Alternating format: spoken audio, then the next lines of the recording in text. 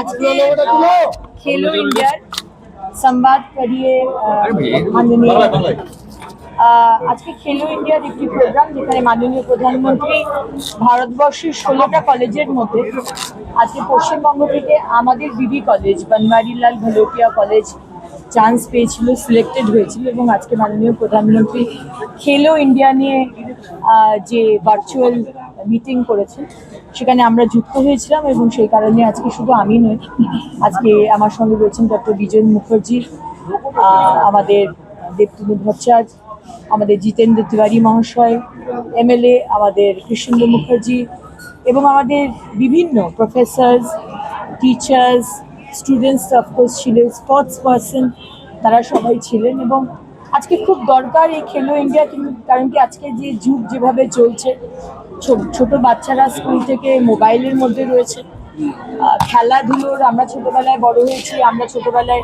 যেটা কিতকিত খেলা কি ব্যাডমিন্টন, ভীষণ দৌড়াদৌড়ি খেলা করতাম না, কিন্তু কিছু না কিছু খেলা ছিল, কারণ সেই সময় টিভিও ছিল না, ফোনও ছিল না। আজকে মাননীয় প্রধানমন্ত্রী বলেছেন যে প্লে স্টেশন দরকার নেই, দরকার প্লে গ্রাউন্ড। এবং আজকে এই ছেলেমেয়েরা খেলাধুলো হলে, খেলাধুলো কিন্তু একটা নেশার মতো, এই নেশা ভালো, কিন্তু আজকে ড্রাগস, গাঁজা, চরস এইসবের মধ্যে আমাদের যুব সমাজ ঢুকে যাচ্ছে। সুতরাং এটা নেশামুক্ত বা নেশামুক্ত ভারত আমাদের তৈরি করতে হবে। তো এই বিষয়গুলো আজকে অ্যাড্রেস করা হয়েছে। আজকে প্রত্যেকটা বিধানসভাতেই প্রায় ছোটোখাটো একটা অডিটোরিয়াম বা ইনডোর স্টেডিয়াম করার কথা মাননীয় মুখ্যমন্ত্রী বলেছেন।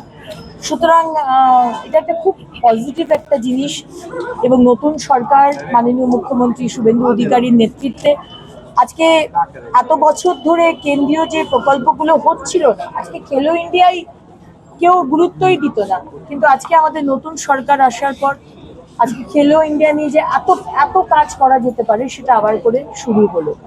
PB news.